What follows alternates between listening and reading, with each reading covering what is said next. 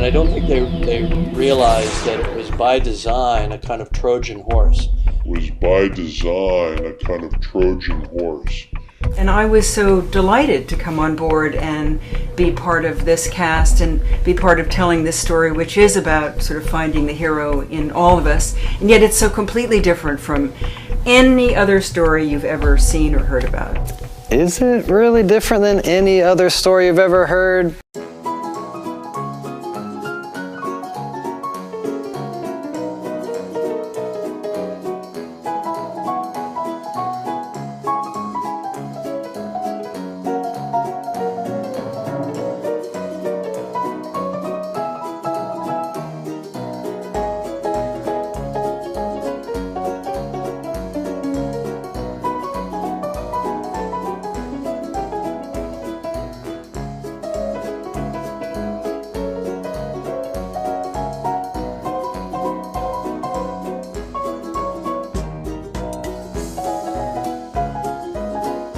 James Cameron is back. He is a director and writer for Avatar. It has become the highest-grossing film of all time. It replaced the second highest-grossing film, which James Cameron also made. That was Titanic. James Cameron is the director of the highest-grossing movie of all time, Avatar, the highest-grossing movie of all time, which topped his other highest-grossing movie of all time, Titanic. So I think if an enemy was in this world, or if a world ruler wanted to use something to manipulate the minds, to change the mindset of the masses, he would probably use something like the #1 top-selling movie of all time. Listen to what Cameron says right out of his own mouth. This is not my own words. This is what James Cameron, the director of Avatar, Titanic, and many more, Terminator, this is what he's saying out of his own mouth. Telling a story that was simple in an archetypal manner. I mean, the film, I think, was dismissed by some critics as being too simplistic, too familiar a story, just a sort of Pocahontas story. That located them comfortably so they could have an emotional reaction. So he's literally telling you that he's created this simplistic story that's kind of familiar to put you in a comfortable state, to get ready to receive his agenda, to get ready to receive the message that he has put into this movie as a Trojan horse. This is what he said. You know, my focus was on the design, the fabric of the world, the feeling evoked by the watching. When people have that within the film, they feel a sense of moral outrage. So a sense of moral outrage. The movie evokes emotion, he said. So when you watch the movie, it's evoking a sense of moral outrage. But wait a minute, movies don't have an effect on us, do they? But yet he's telling you, I have an agenda, I have a message, I'm investing millions of dollars into this entertainment that it's packaged in as a Trojan horse, and you're gonna sit down and be comfortable and watch it because it's gonna change your mind about things. By design, a kind of Trojan horse to allow you to deal with a very familiar and simple plot line that has these other layers and textures to it, which was my focus. That is dealing with social, political, cultural, environmental themes. He said his entire focus about making the Avatar movie was these layers of themes of cultural and social and political and environmentalist agendas. He said, I never had to make another movie. I was set. When I made Titanic, the highest grossing movie of all time, but he said he made Avatar because he wanted to put a message in there, an emotional message wrapped up in this Trojan horse of entertainment to invoke a certain emotion out of people that's going to stir up a moral outrage. That's what he said. And there are religious and spiritual themes throughout. Absolutely. And they're there by design. They're not accidental. All the Christian mythology is there. The Buddhist principles are there. Then you come up with the Egyptian mythology. So I don't know. I mean, I know that you could not have done this without a conscious understanding of many of these principles.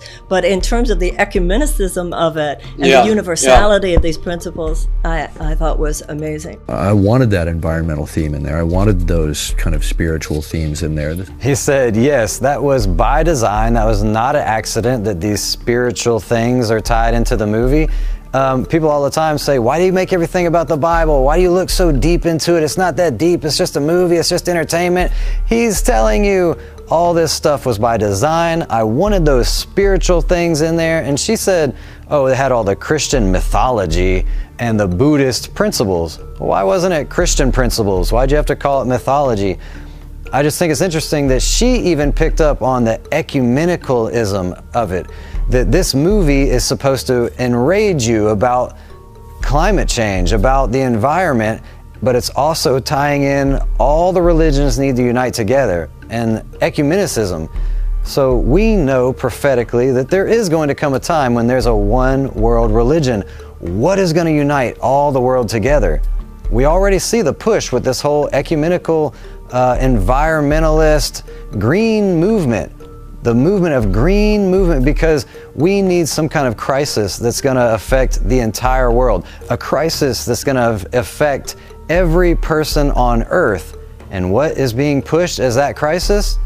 Climate change. And demanding that President Biden declare a climate emergency. The climate crisis is really happening, and if we don't act now, we will be affected on the future, and we, the kids, will be the one that will pay the consequences. They also glued themselves to the window and the floor next to the car while shouting about the need to address the climate crisis. We're using these actions to get media attention because we need to get people talking about this now. My soup video has now got 50 million views. People around the world are talking about it because this conversation needs to happen now. If it got out that there was an environmental message to this film, it would cost us 50% of our box office. If it got out, if the secret got out of the bag that there was an agenda in this movie, it would cost us half the tickets. So he had to keep it a secret that there was an agenda in the movie. So I threw everything I had at getting it, at making it a great piece of entertainment, and that was the 3D and the CG and the creating the world and everything I knew how to do, every trick I knew to get people to come to a theater, and then every trick I knew as a filmmaker to engage them. He said I had to throw in every trick I knew as a director, as a producer, every trick, deception, to get people to come to a theater to watch something that looks like entertainment because it's packaged that way. So for anyone that says it's just entertainment, you're looking too deep into it, that's what he was wanting you to believe. That was the trick. That was the Trojan horse that you fell for. See, when we look very deep into the plots, it's because we're looking at what's really there, not because we're seeing something that's not there. He's literally telling you that those spiritual themes are there, that those agendas are in there, and that he wants to evoke an emotional response out of you that's going to cause a moral outrage in you. That's what he's saying. So we're not the crazy ones. Anyone who's denying that there's an agenda in the movie, that thinks this is just mindless entertainment, are being willfully ignorant. Yeah, that exactly. What you want to beyond being entertained by your characters and your story and your technology, you want them to wake up. Beyond being entertained, you want them to wake up. Listen to his answer. Look, I have no illusions about the efficacy of an entertainment motion picture in changing public policy. But as a society, we're in denial. Well, what is denial but a mental mechanism in response to an emotional reaction, which is fear? Fear of change, fear of an uncertain future, fear for our children, and the fear generates the denial. So I figure you fight an emotion with an emotion. Avatar doesn't teach you facts. It doesn't have one bar graph in it. It's not inconvenient truth. But it does create a sense of emotional outrage, and it creates a sense of hopefulness toward the end as good conquers the evil. And could you hope it creates a sense of urgency? Absolutely, that's right. Absolutely. I want it to create a sense of urgency. He said that he understands that his movie can change public policy, that it can change mindsets, and that's what he's trying to do with this movie. He even says that we're in denial, that denial is an emotional reaction or response to fear. because people are afraid of the future, they're afraid of the future for their children. We're living in a sense of denial. And he said, I figure, you know, you fight fear with fear. You fight emotion with an emotion. So he's creating this movie to invoke an emotion out of you to fight another emotion. This is a psychological warfare, and he's blatantly telling you that this is what he's doing. Psychologically bring a sense of urgency out of you, trying to get you to wake up. Now here's a news clip that shows people that after they saw the Avatar movie, they had this post-Avatar depression syndrome.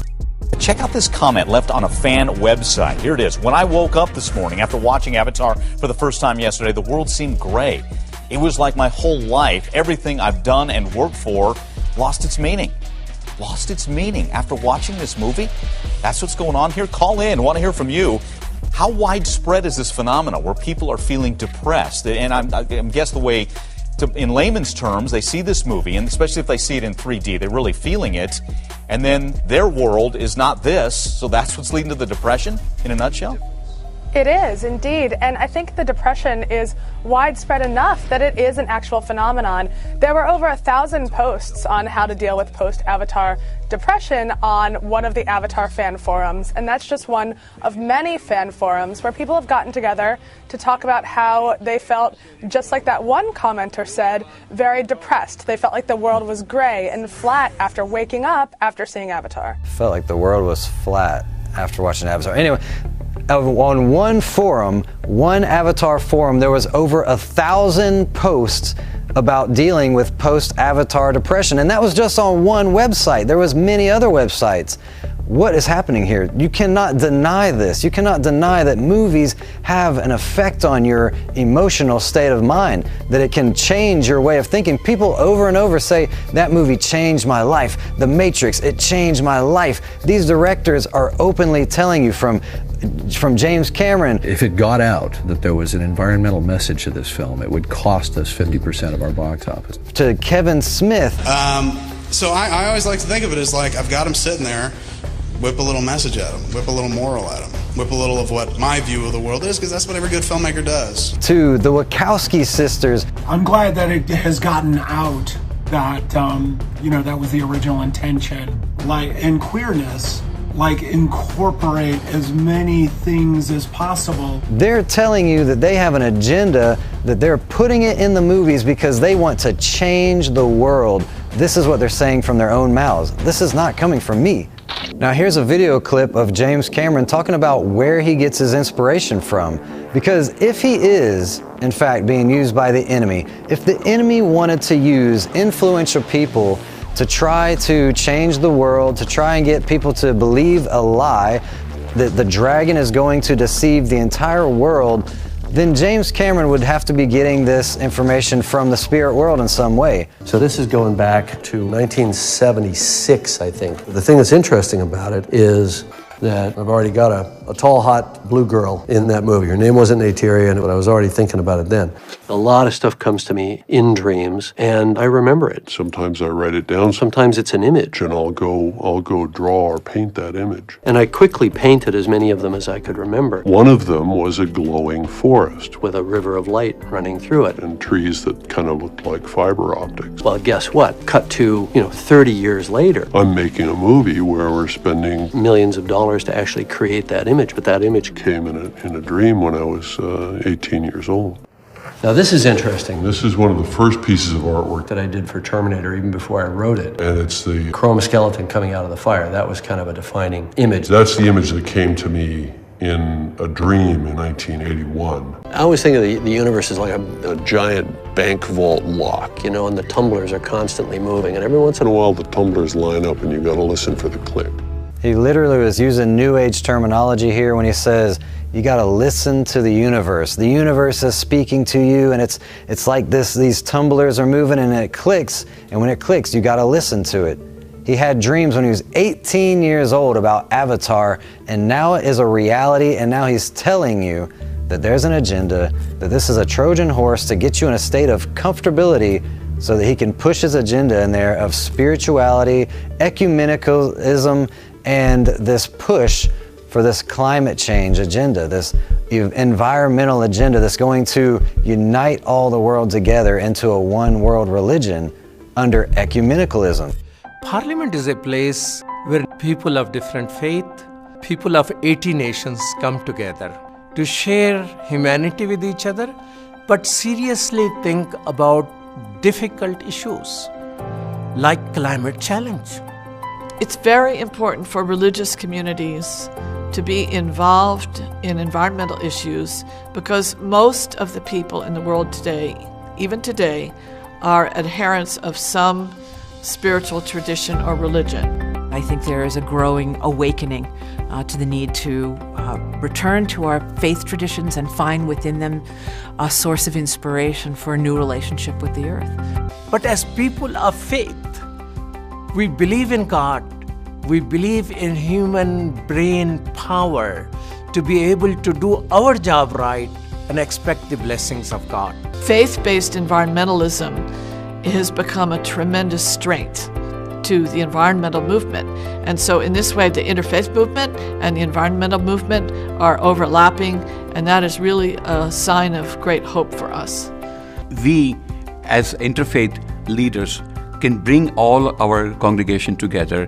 Faith working with faith, hand in hand, and do something to take care of the God's creation. And James Cameron is being used in one of the biggest motion pictures of all time. And he's getting this information from the universe and from dreams. One thing I think that's really interesting is there's a documentary called Revival of Evil, and there was this art teacher, and he gave up on God, he cussed out God and started worshiping Satan, and he said, Satan, I want you to show me what you look like because I want to paint you and I want to look at that thing as a visual of who I worship so that it would give me more faith. And he said he shut out all the lights, closed all the blinds, and he pulled out a canvas and he started painting. And he said every movement he made was something else moving him. Another force was physically directing my body. Painted for several hours and I was finished. It was the most fantastic painting I'd ever done. And the painting looks just like one of those beings from the Avatar movies. So what does this word avatar mean? It comes from Sanskrit and it means descent. It's actually the incarnation of a spiritual being or a powerful deity on earth. So I immediately think of the Garden of Eden when I think of a powerful entity that came to earth and manifested to Eve and said, eat this fruit from this forbidden tree of knowledge. There's also a sacred tree in the movie Avatar where Jake meets the woman at the tree. So the main character's name is Jake Sully, and he comes from out there to this Earth-like planet where he meets the girl at the sacred tree. And his name Jake originates from the word Jacob, which means supplanter, and the word supplanter means to transgress civil or moral law. His last name Sully actually means to defile. So this being whose name means the lawbreaker who's coming to defile meets a woman at the tree. And an interesting thing to note is that he can't walk. Just like the serpent in the Garden of Eden was cursed to crawl on his belly from here on out. The planet's name is Pandora, and if you look at the story of Pandora's box, Zeus gave his daughter this box, but she was told not to open it. Very familiar with the story of the Garden of Eden where God put Eve in a garden and said, there's one thing you're not supposed to touch or eat from. Well, she opened Pandora's box and out of it came all the evils to fill the earth. Just like when Eve bit from that fruit of the tree of knowledge of good and evil, and her eyes were opened and the earth was cursed. It's also interesting to note that the actress's name who plays Neytiri, the main character in the movie, her name is Zoe. When you look at the name Zoe, it's actually from the word Eve. This may be completely a coincidence, but I think it's interesting that the main character female, who is a representation of Eve in the garden next to that sacred tree, who is met by this being from out there who's a deceiver, who's coming to defile, is named Eve. So this movie, like so many other movies, has this Gnostic plot that this being from out there comes to Earth, meets a woman at the tree, falls in love with her, and now he's joining in a resistance against those beings. Just like we know that Jesus is coming to earth to destroy the earth. But who is going to fight against Christ and all his angels? It will be Satan and his army of wicked who are uniting together with all the militaries of the world to fight Christ at his second coming.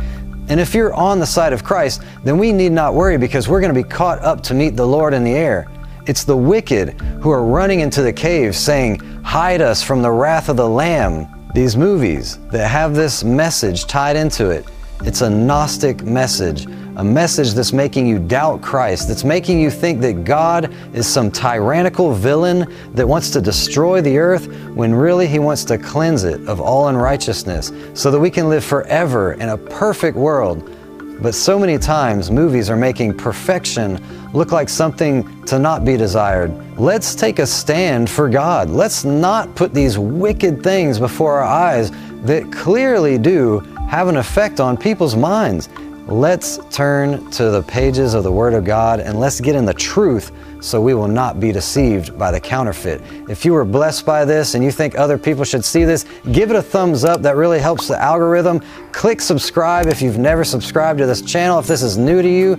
And if you liked it, please share this video and also leave a comment in the comments below because every interaction with this video helps this video get out into the algorithm so more people can see it. We love you. We thank you. We'll see you next time on LED.